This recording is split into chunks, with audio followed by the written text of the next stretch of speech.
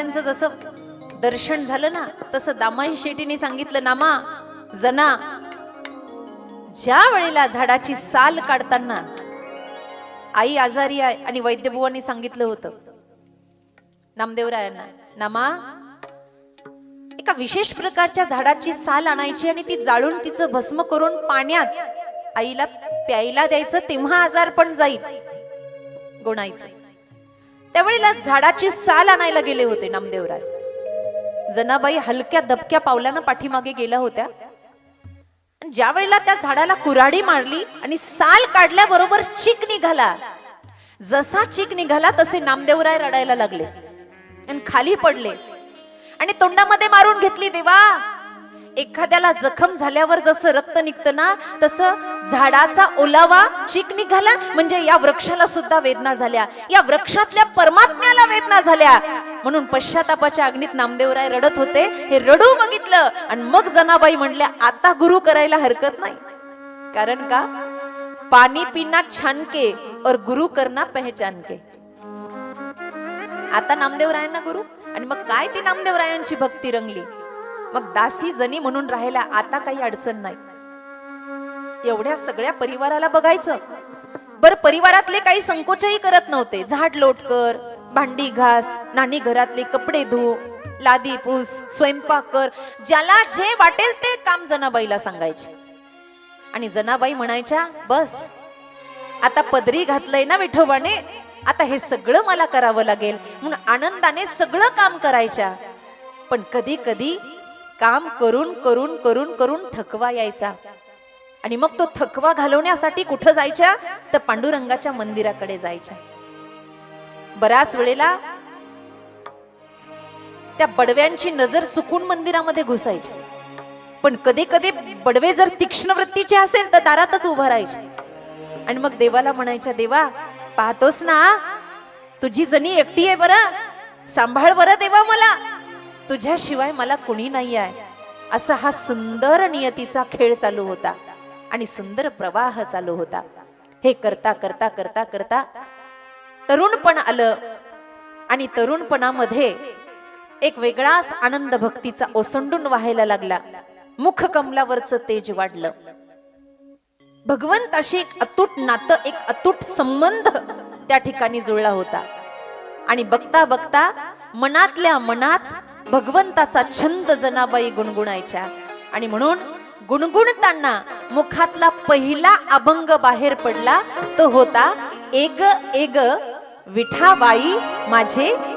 चला आपण सर्वजण म्हणूया, हाताने टाळीची साथ द्या. आदिशक्ती जनाबाई पंढरपुरातच. कारण का, कुठेतरी उपव्यवस्था केली पाहिजे ना बाबा. ही चंद्रभागा, हा भीमातीर, इथलं सगळं वास्तव्य, हा रंग, माझा गुण, हे सगळं विठ्ठलमय झालं. ऐका बरं, हे एक आगाध चरित्र आहे. आता चरित्र म्हटलं की त्यामध्ये चारित्र्याचा सुद्धा प्रश्न येणार. कारण सोन्यावर तेजाब टाकल्याशिवाय सोनं निखळत नाही. तसं साधूची परीक्षा झाल्याशिवाय साधू सिद्ध होत नाही. साधयती इति साधू, हा त्याची परीक्षा व्हायला हवी. भगवंतालाही त्याचा ध्यास लागावा, वेळ लागावं. आणि तसंच झालं. दळीता कांडिता तुझं गायीना अनंता, या न्यायानं एवढा ध्यास, वेळ कमी आहे आपल्याकडे. आणि या न्यायानं तसं जर म्हटलं तर 12 वाजेपर्यंत चालेल. चालू देऊ का? गॅस आहे का? गॅसची टाकी आहे? काही काहीच्या तोंडावर त्याचं पण टेन्शन दिसतंय, त्याचं पण टेन्शन. मी तर विचार करते इथंच राहून घेऊ आता. मला पण 15 दिवस झाले गॅसच भेटेना. कसं करू? राहू का?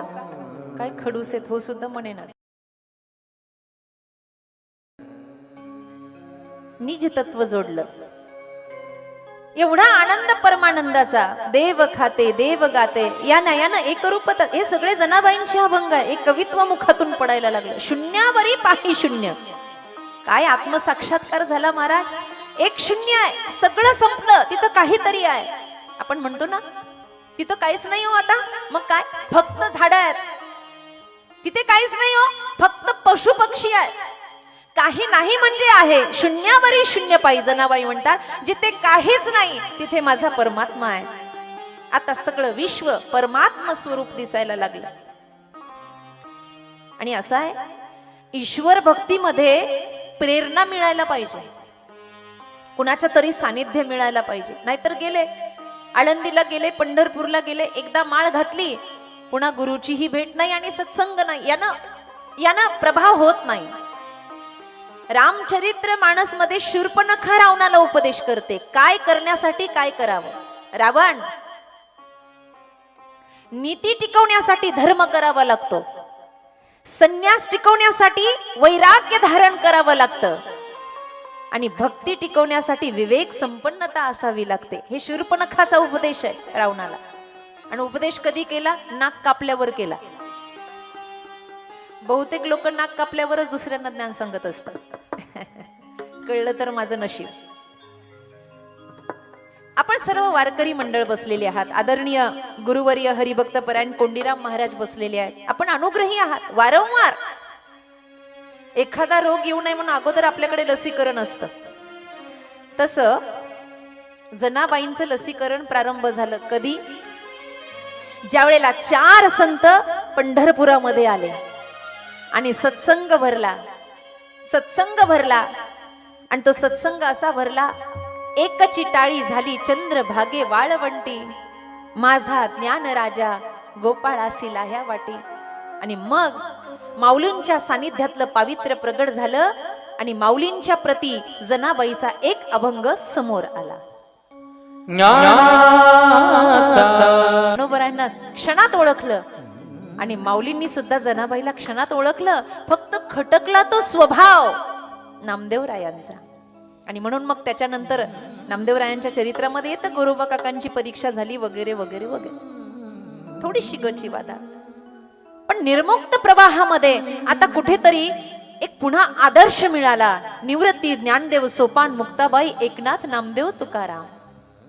आणि मग हा संत गजर झाला, प्रादुर्भाव झाला भक्तीचा. अहैतुकी प्रतिहताम, जसं भागवत सांगतं, कुठलाही हेतू नाही जनाबाईचा. आणि मग एवढा कामाचा लोट सहन करायचा, एवढी कामं करायची की बघता बघता लेकरू थकून जाग्यावर झोपून जायचं. आणि मग रखमाई म्हणायच्या, घ्या लेकरू झोपले, आता कोण हे दळण करणार, कोण हे कांडण करणार. आणि मग विठोबानी धावत धावत यायचं आणि जनाबाईचं सगळं कार्य आनंदानं पार पाडायचं.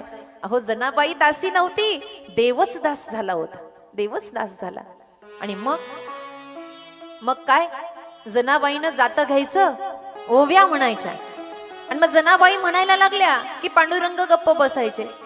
आणि मग जनाबाईनं म्हणायचं, ए विठोबा, अरे मुका आहेस का? तू बोलायला लागल्यावर भले भले वेडे होतात रे. माझ्या अर्जुनाचा मोह तुझ्याच वाणीनं निरसला ना. मग म्हण ना, अगं जने मला ओव्या म्हणता येत नाही. अरे मी तुला शिकवते ना बाबा, मी पुढे म्हणते, तू मागे म्हण. असा सुंदर ओव्याचा छंद सुरू झाला. आमचे अंकुश महाराज पुढे म्हणतील, तुम्ही सगळ्यांनी मागे म्हणायचं. ताट बसा, सरळ बसा, सरळ शब्द नीट ऐका, सगळ्यांनी म्हणायच्या ओव्या. सुंदर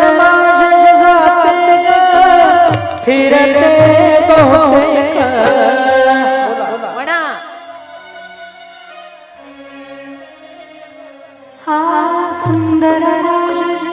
थांबा, ह्या अशा म्हणणार नाही. ए बाबा, तो कॅमेरा जरा त्यांच्याकडे फिरव बरं, मग म्हणतील कदाचित. आणि बोल कसे बोलायचे, ज्या वेळेला नातरी बालक बोबडा बोली, का वाकुडा विचुका पाऊली, तरी चोज करुनी माऊली रिझे जेवी. जेव्हा बापाच्याच ताटात बसून बापालाच घास खाऊ घालतं ना, त्यावेळेला बापाचे डोळे भरून येतात. माझं लेकरू किती गुणी आहे. त्यावेळेला विठोबाला कौतुक वाटतं. आता गावामध्ये थोडी वेगळी चर्चा सुरू झाली होती. असं होतं, तरुण जनाबाईंकडे बघण्याचा भाव जरा परिवर्तित झाला होता. आणि काही लोक म्हणायची की ही ढोंग करते, ही ढोंग करते, ही ढोंग करते. कुण्या नामाची दासी आहे, काय भजन करते, रात्र रात्र रावळात बसून राहते, हिला काय परिवार नाही का. नाव ठेवणारे त्या काळामध्ये भरपूर होते. काय झालं, कुणाला सूत्रच सापडत नव्हतं. एक दिवसाचा प्रसंग असा होता, जनाबाई दळण दळतायत. बरं, राहण्यासाठी एक कुडाची झोपडी केलेली होती जनाबाईला, शेणानं सारलेली कुडाची झोपडी. आता ते कुड असं होतं की जोराचं वारा आलं की पडून जाईल, अशी नाजूक झोपडी, पण परमात्म्याच्या सावलीनं ती पक्की बांधलेली होती. दळण सुरू झालं, विठोबा आले महाराज. दळण दळता दळता दळता तो आवाज रंगला. बघता बघता रात्र डोक्यावर घेती कशी ती कळालंच नाही. आणि मग ब्रह्म मुहूर्तामध्ये पाटलाची मल्ल मुलं म्हणजे पहिलवानकी शिकणारी, कुस्त्या शिकणारी, ही व्यायामशाळेकडे निघाली होती. आता व्यायामशाळेकडे निघालेली असताना 7-8 पोरं अशी चालली होती झोपडीच्या जवळ. त्यांना आवाज आला आणि आवाज आल्यावर समोरच्यानं सांगितलं, ए बाकीचे थांबा, जरा कानोसा घ्या बरं. या झोपडीतून एका बाईचा आवाज येतो आणि एक बाप्या माणसाचा आवाज येतो. मग कानोसा घेतल्यानंतर खरोखर एक आवाज जनाबाईंचा होता, पण दुसरा आवाज कोणा पुरुषाचा होता. पोरं थबकली. पोरं म्हटली, गावातली लोक नावं ठेवतात ते काही असत्य नाही बरं, इथे काहीतरी गौड बंगाल आहे आणि आपण त्याची शहानिशा करायला गेलो तर आपल्यावर आरोप यायचा. मग असं करू, आपण बाबांना उठवायला जाऊ. झरझर झरझर झरझर व्यायामशाळेकडे निघाली पोरं, घरी परतली. आता पाटलाचा वाडा मोठा होता आणि त्या वाड्यामध्ये एक कारकून कुलकर्णी आडनावाचा अंगणामध्ये झोपलेला असायचा. आता तो कुलकर्णी असा होता, खायचा भरपूर पण अंगाना असा होता. बरीच लोक अशी असतात पण खातात भरपूर. कळलं का काही? अशी खातात भरपूर. आमच्याकडे एक म्हण आहे, अंग लाकडाचं आणि खाणं बोकडाचं. खातात भरपूर. ते कुलकर्णी असं नुसतं तुपाचं खायचा, कारकुनाची नोकरी करायचा, त्या अंगणात झोपलेला असायचं. पोरांनी आवाज दिला आणि आवाज दिल्याबरोबर पाटील उठले. बाबा उठा उठा. काय झालं? अहो म्हणे त्या जनीच्या झोपडीमध्ये कुणातरी बाप्या माणसाचा आवाज येतोय म्हणे. अरे बापरे म्हणे, खरं का पोरानं? हो खरं. चला चला चला. अरे चला, पण काहीतरी नोंद करायला कोणीतरी हवं ना. म्हणे या कारकुनाला उठवा. त्या ब्राह्मणाला उठवलं. आता त्याची झोप अर्धवट राहिल्यामुळे ते असं डोळे चोळत चोळत उठलं, असं काडीमुडी होतं. सगळ्याच्या पुढे पळालं, सगळ्याच्या पुढे पळालं. ऐका बरं. आणि मग धाव घेता घेता घेता घेता घेता झोपडीकडे निघाले. आता पावलांचा आवाज यायला लागला आणि पावलांचा आवाज आल्याबरोबर जनाई म्हणल्या, विठोबा आता सावध व्हा बरं का, कुणीतरी आलंय म्हणे झोपडीकडे, कुणीतरी आलंय. हे सगळे हातामध्ये काठे घेऊन निघाले होते म्हणे. आज जणीला सोडायचंच नाही, ही पंढरपुराचं नाव खराब करेल म्हणे. कशाची साध्वी आणि कशाची भजनी काय नाही म्हणे. बाप्या माणसाचा आवाज आला म्हणल्यावर कुणीतरी आहे. सगळे सैरा वैरा धावत आले, काठ्या हातामध्ये घेतल्या. आता गंमत अशी झाली, ती कुडाची झोपडी एवढी एवढी होती महाराज.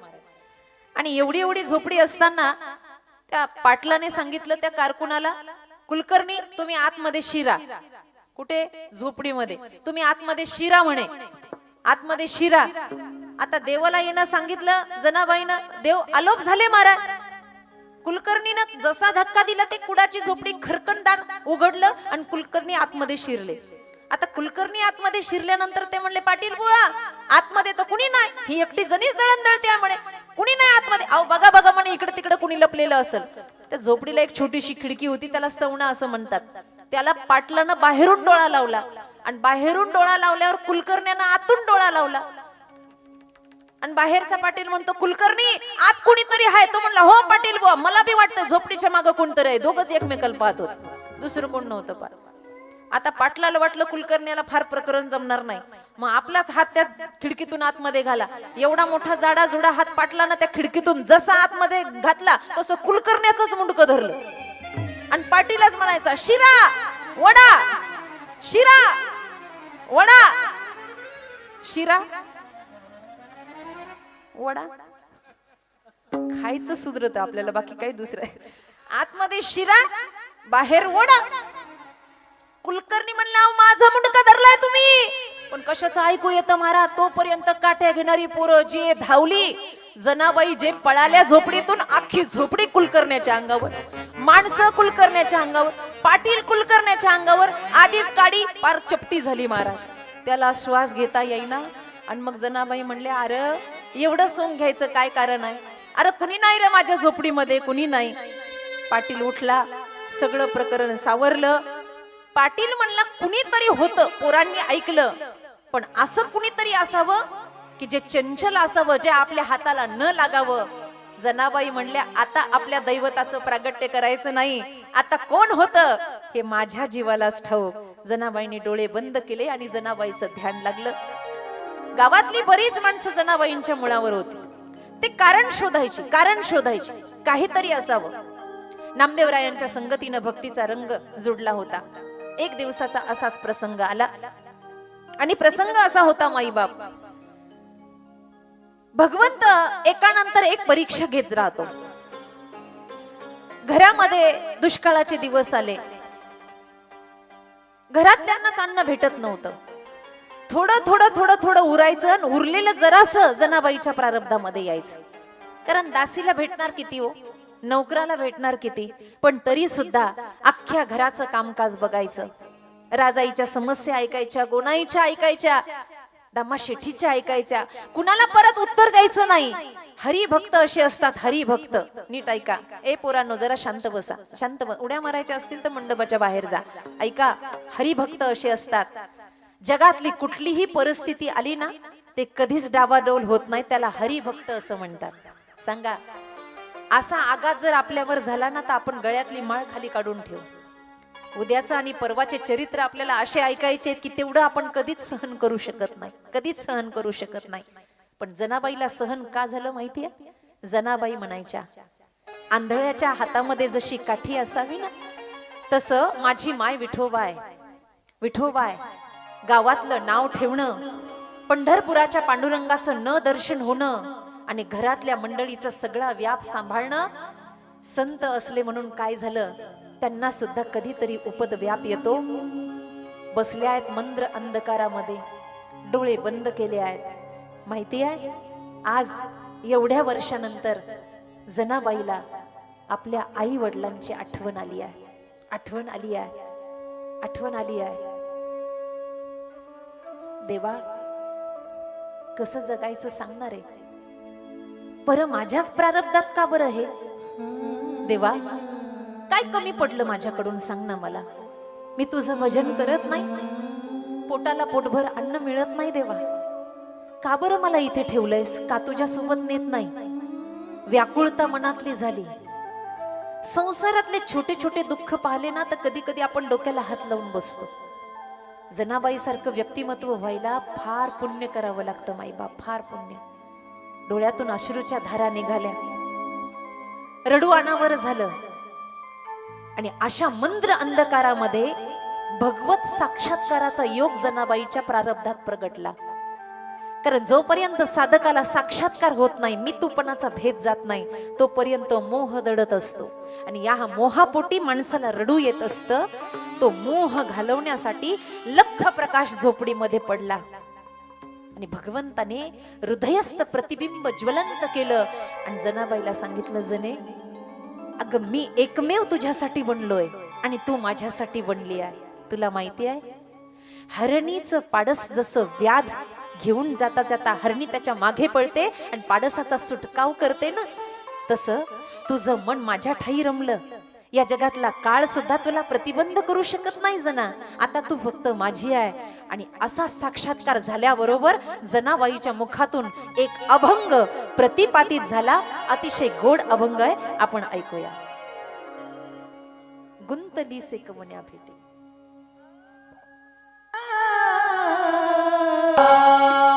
हा साक्षात्कार होता माईबाप. आणि त्या साक्षात्कारापाठी मग जनाबाईचे अनेक अभंग. पुण्यवंत पाताळ लोकी नेला, संत भार पंढरीत. शिवचरित्र जनाबाई लिहितात. राजा हरिश्चंद्राचं चरित्र आपल्या अभंगाद्वारे घडवतात. अशा अनेक अभंगाची रचना करता करता करता करता पुन्हा एकदा भक्तीचा डोह फुटला. आणि दळण दळण्यासाठी ज्यावेळेला विठोबा येतात, त्यावेळेला भगवंताचा हार जनाबाईच्या झोपडीमध्ये राहतो आणि जनाबाईची वाकळ पांडुरंगाच्या खांद्यावर मंदिरामध्ये जाते.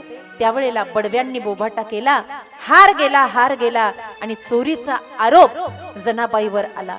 आता हा प्रचंड प्रचंड विसंवादी छंद या समाजानं धरलेला होता. कारण काही धर्म मार्तंड असे असतात की त्यांना चांगलं पाहवल्या जात नाही आणि मग कुठेतरी साधूची अपवृत्ती, एखादा अवगुण बघायचा आणि मग त्याचा वितंडवाद घडवून आणायचा. त्या काळातही असे काही लोक होते. त्यांनी मोर्चा काढला महाराज, या जनाबाईला सुळावर द्या, सुळावर द्या. पाटला सहित सगळे ग्रामस्थ एकत्र झाले. पंढरपुराच्या रावळामध्ये न्याय झाला पांडुरंगाच्या.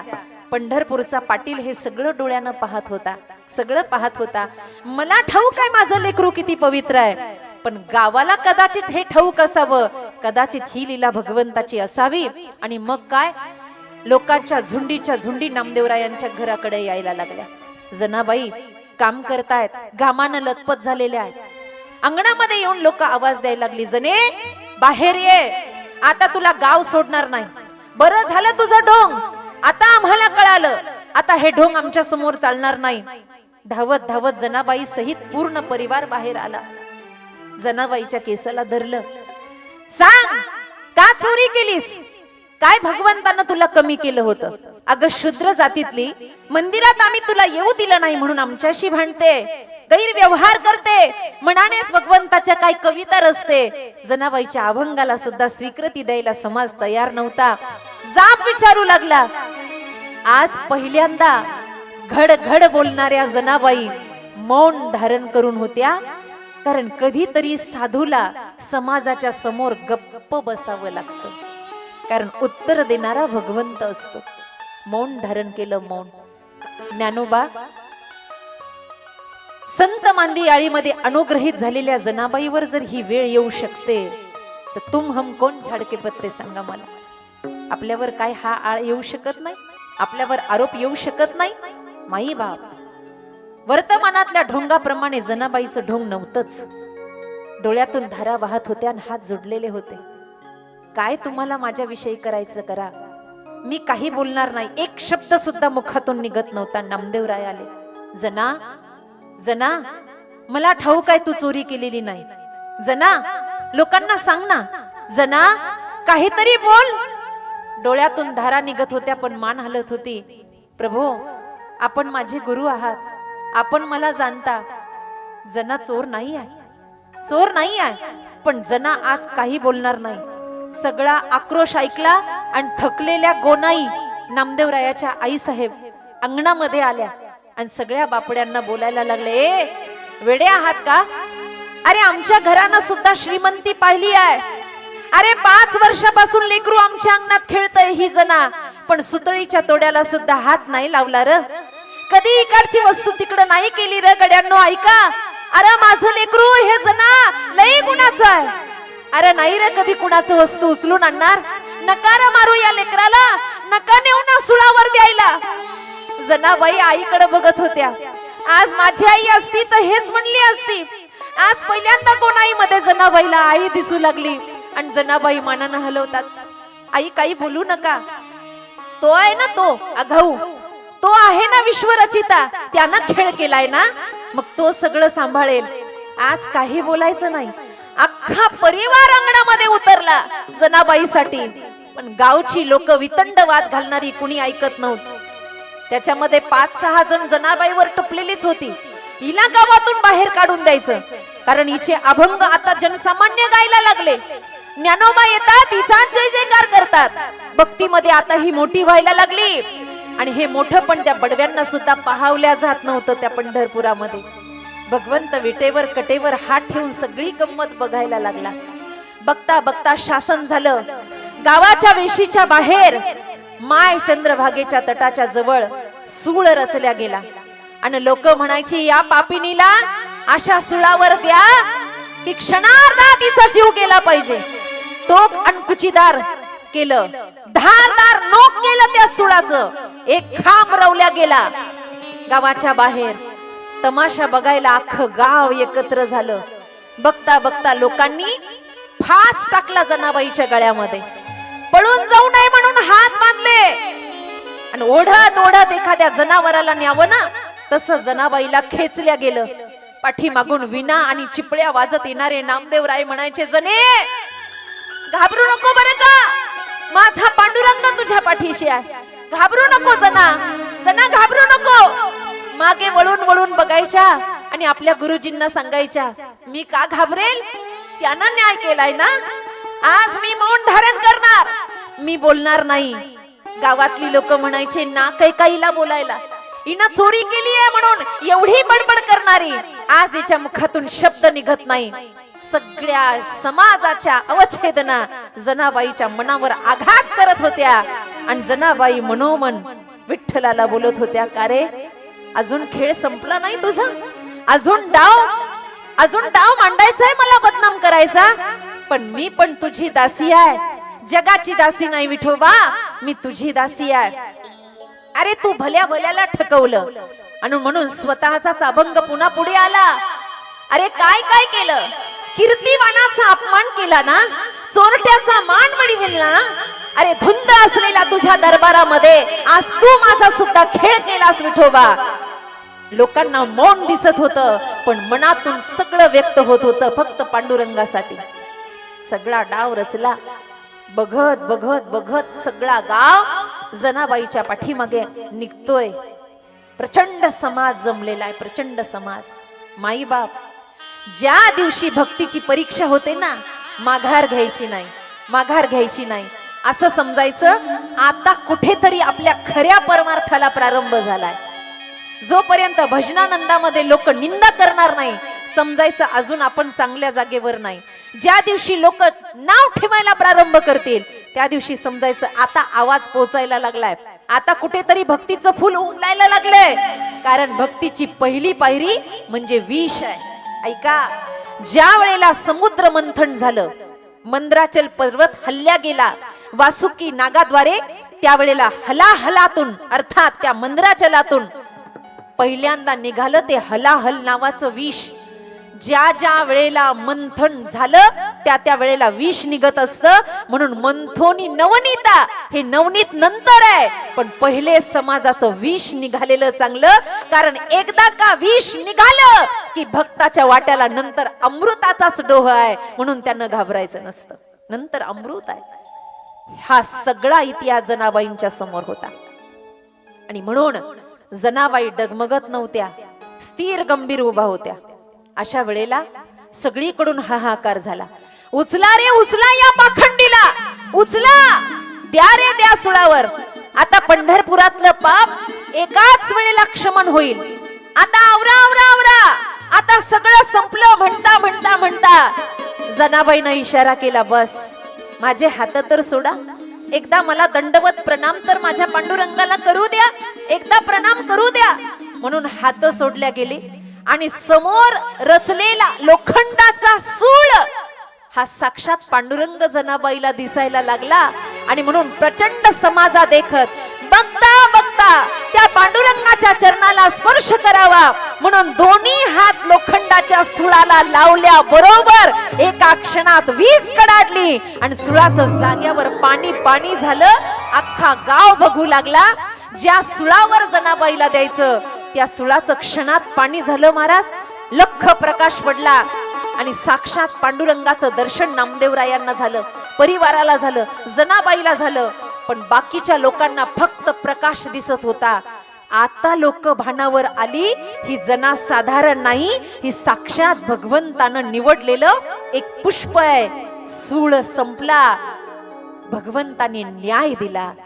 ज्या ज्या वेळेला या जगतामध्ये अधर्म वाढायला लागतो ना, तेव्हा धार्मिकता वाढवण्यासाठी भगवंत येत असतो आणि तोच पंढरीचा पांडुरंग परमात्मा जनाबाईसाठी आला.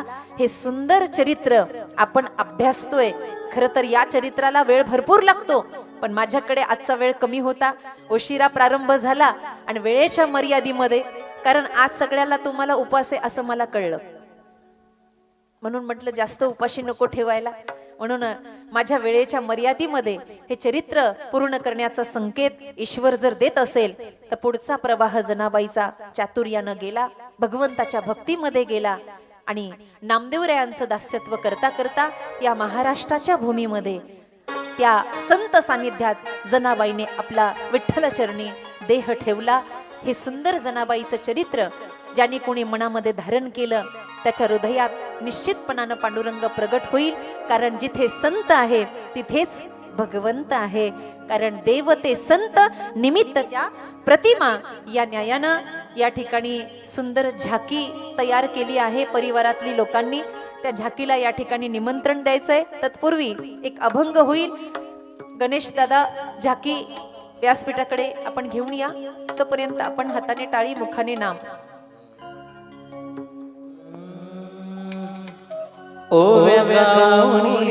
या घेऊन झाके व्यासपीठाकडे. दासी जनीच्या घरात ओव्या गाऊनी स्वरात दासी जनीच्या घरात दळदळिये सखा श्री हरी आळचोरीचा माझ्या बदली दळदळिये सखा श्री हरी आळचोरीचा माझ्या बदली ओव्या गाऊनी स्वरात जनीच्या घरात ओव्या गाऊनी स्वरात जनीच्या घरात.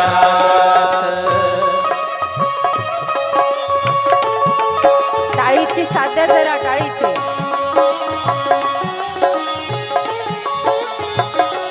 जय हो.